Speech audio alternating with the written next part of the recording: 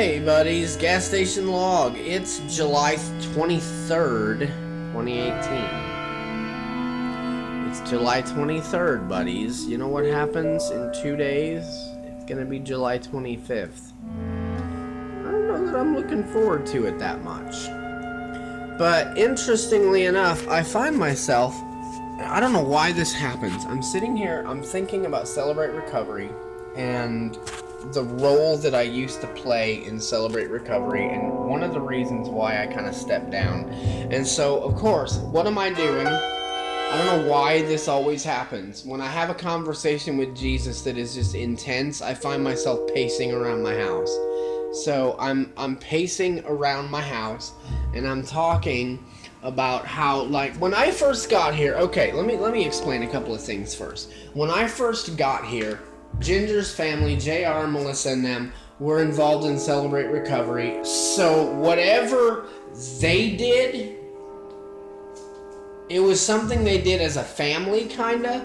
And so I wanted to do what they did, and I was willing to throw myself in the mix to do what they did. So I got involved in Celebrate Recovery, and as the years went on, by I believe it was by about June of 2017. After a lot of prayer and many conversations with Jesus, I realized that I'm not really called to people seeking recovery from drug addiction and stuff like that. I've never really identified with that. I grew up in suburbia, Illinois. Most of my friends were hipsters. And honestly, I never really knew anybody. I knew one person, sadly and tragically, and she's dead now, that used hard drugs. Most of the people that I knew smoked pot, and that was about it. And honestly, I found it incredibly annoying when they did. People that get high tend to annoy me and irritate me, because they're just stupid. People that are high tend to just act stupid, and it annoys and irritates me. I don't want to be around people that are high. I don't like drug culture, and I don't really like having to get in drug culture to help pull people out. I have found that in this county there are lots of people that are powerfully equipped and called to minister to those people, and they do a great job. So I'm just going to leave it to them. I have actually discovered who I am called to. And I'm called to a group of people that is much broader, and actually a lot of the drug heads around here fall into this category. Basically, I feel called to the marginalized and the people slipping through the cracks of our society. The impoverished, the people that can't afford to make their own way in life because of the demands that our society puts on them. And I have lived through that, so I know how that works. And a lot of times, all the people that are caught up in drug addiction fall into this category, and they fall into this category because it's easier to make more money slinging dope than it is to do it the honest way, to go get a job, make money, earn an income, and then go get your own place and pay your own bills. Sadly, there is more money to be made slinging dope than there is to do it the honest way. And therein lies part of the problem. However, I feel like getting people off the drugs, that's what Celebrate Recovery does. So that's great. If Celebrate Recovery can help people get people off the dope, then I don't know. Then maybe that's where my ministry can come in and help. And at the same time, my ministry is still only in its infancy. It hasn't even really gotten off the ground. I believe that God wants to do stuff. I don't know what yet, but I trust that He wants to do something. I specifically don't feel called to do what Celebrate Recovery does. Feel like there are plenty of other people who are far better qualified to do that. Because this is one thing that I've learned about life. Whatever God calls you to, He will drag you through. So that you have lived it, you understand it, you know how it works, you know what it's all about, and you have a heart for it. So, of course, it would make sense that leaders in Celebrate Recovery should be, people that God has pulled out of that lifestyle. I was never in that lifestyle, but what I do know about is living in poverty, because you can't keep up with the demands on society, because you can't afford to pay your bills. Like, I know all about how that works. And for whatever reason, God is pouring into my head, like, the wisdom to understand how this system works and how this pattern works. I guess I could say my ministry, what I feel called to do, which, like I said, hasn't really gotten off the ground yet, is to help people learn to function in the world. How to help people know what their priorities need to be and how to do it and how to accomplish those goals and stuff like that, so they can stop slipping through the cracks in the system, and they can stop, like, people that can't keep up. I want to help them keep up. I want to help raise the bottom for as many people as I can.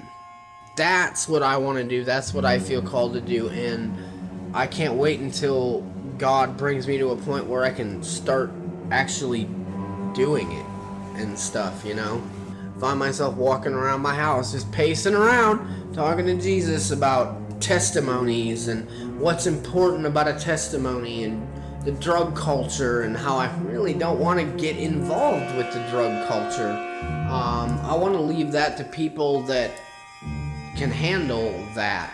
I want to help deal with the culture that can't keep up with the demands of society and stuff like that. I need some tea. Let's make some tea, buddies. Yay, buddies, let's make some tea. Give me my cup. Hey, there's my cup. My teacup. My teacup. Yum, yum, yum, buddies. Tea bag.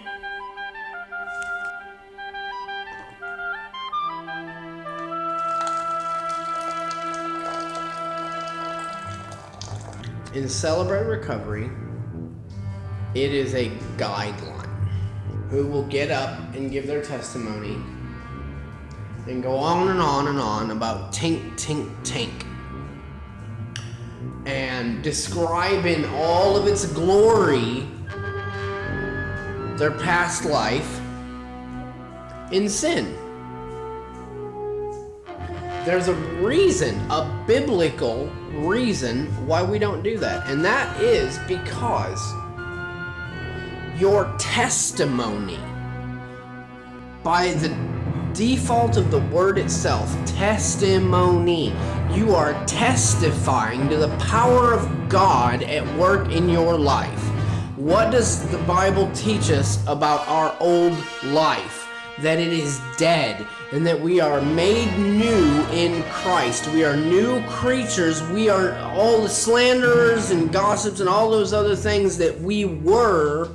We are not anymore. What else does the Bible teach us about our past life, our sin? That God forgets it. As far as the east is to the west, your sins are no more. It is a dead, buried person.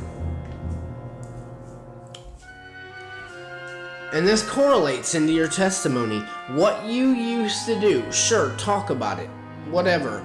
But the important thing about your testimony is, what is God doing in your life? What did he talk about? The power of his deliverance. You don't need to spend 20 minutes elaborating on all the things that you've been through, because those details are not nearly as important as the details of your deliverance. What has God done? The point of a testimony is that you testify about Jesus. And the focus of your testimony should be like, you know what? I had a crappy life. I was into drugs. I was into all this stuff. I murdered a few people in cold blood and jumped on my Harley and rode off in the sunset. And you know what? One day, God broke me. And He showed me the error and the folly of my ways. And you know what?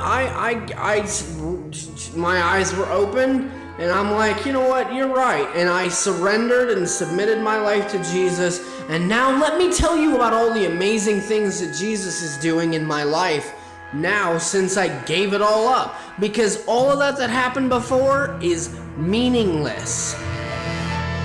Paul, in the book of Philippians, considers it dung, crap, waste. All that was apart from Christ is meaningless. Vanity. Solomon calls it vanity. The important part of your testimony is the power of God at work in your life. That is the most important thing that you could be testifying about. Sure, connect with people. Like, I'm sure it's good that people can hear what you came from and that God can deliver them out of it too.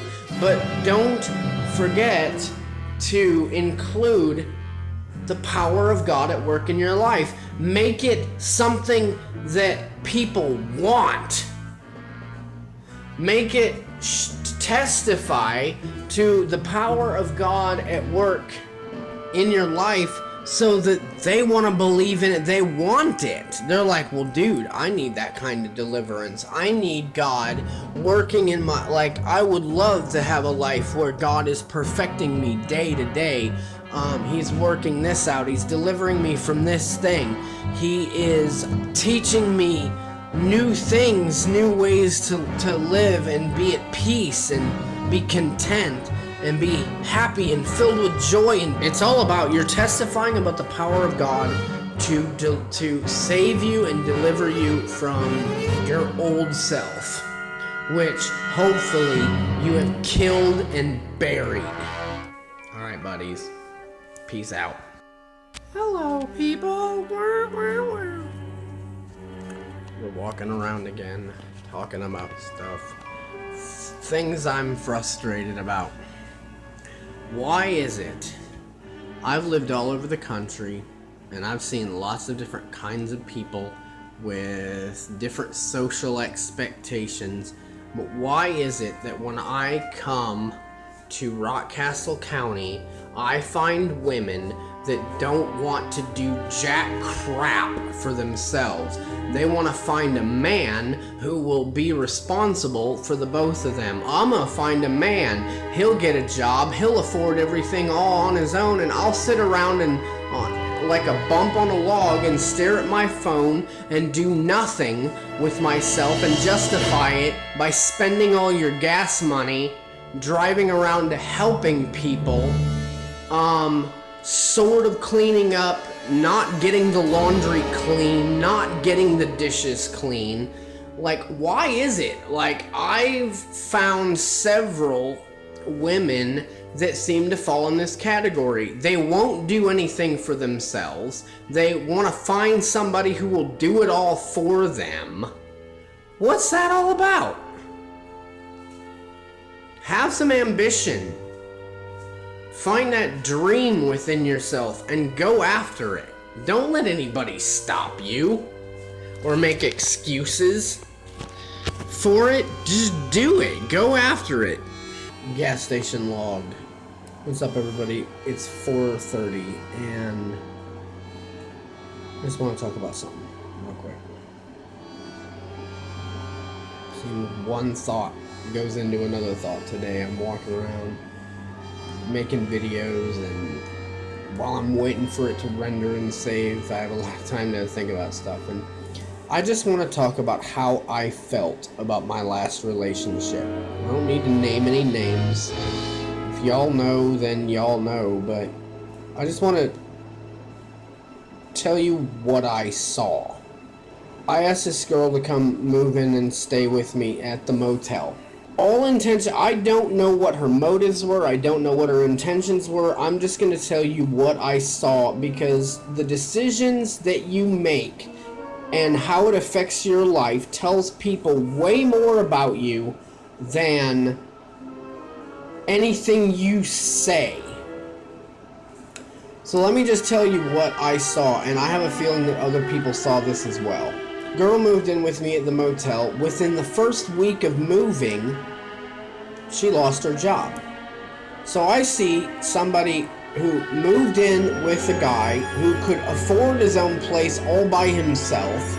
The need to work to afford anything is now gone. So it's funny that her job disappeared. Meanwhile, her personality began to become annoying and irritating. She was passive-aggressive with me all the time about things, and that drives me nuts. I can't stand that. We argued over the stupidest stuff. Here's somebody who is now sitting on her phone all the time, watching Doctor Who that I leave for her to watch, justifying herself by picking up a little bit around, you know, the motel room. She's out there driving my Jeep, spending all my gas, driving all over the county, helping people, so that I'm finding myself having to spend about $25 a week on gas. Since she's been gone, I spend about $10 every 2 weeks on gas. She's out there driving my Jeep, spending all my gas money. She goes to do my laundry, I give her the money to do my laundry, and she wastes my money because she brings back my clothes and they're not clean. So she spent $10, you know, worth of my money on laundry not getting the clothes clean.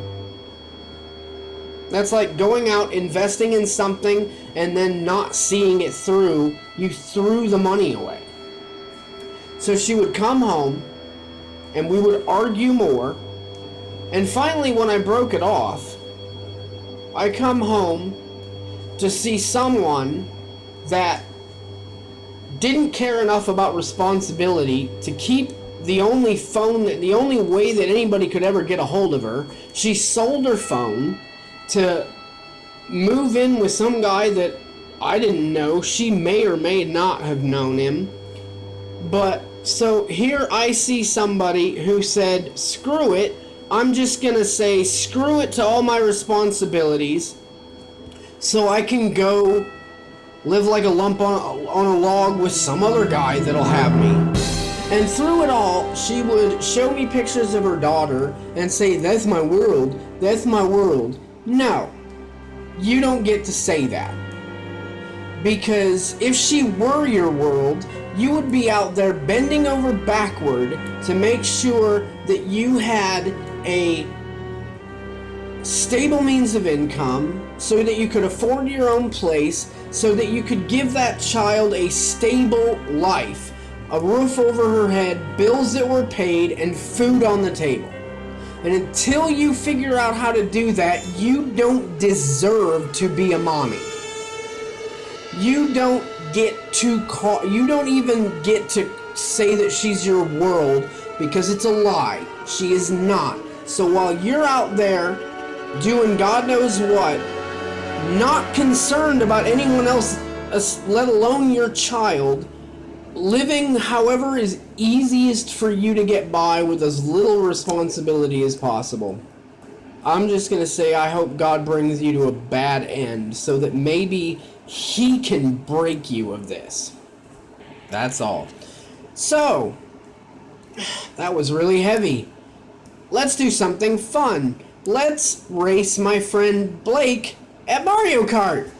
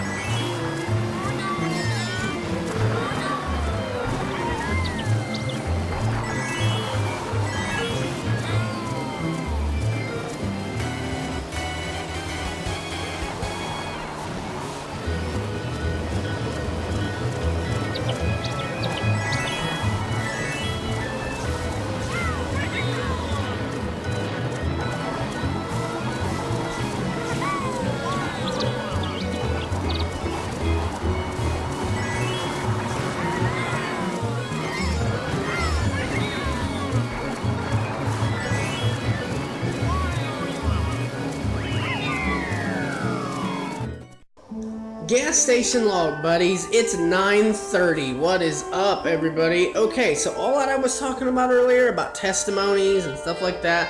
Well, I went tonight to Celebrate Recovery in Broadhead to get a food box because I needed some extra food because I don't have any. And man, all those things I was talking about. There was a testimony tonight, and this girl, she brought it. All the praise to Jesus. She, she brought scripture into it. These verses, they're my testimony. It was absolutely fantastic. Like, it was a gospel message. So, kudos to that lady. She was awesome. So, that was a real blessing to see that. Ow. Okay, I just took some ibuprofen because I'm getting stiff and sore again. My ribs hurt. Ow. It's weird. I never figured out. Okay, I've got this cough. I like hack and cough about stuff. And I can't figure out why. Ibuprofen. When I take ibuprofen, it stops it. I stop hacking and coughing. I didn't know ibuprofen did that. But, hey.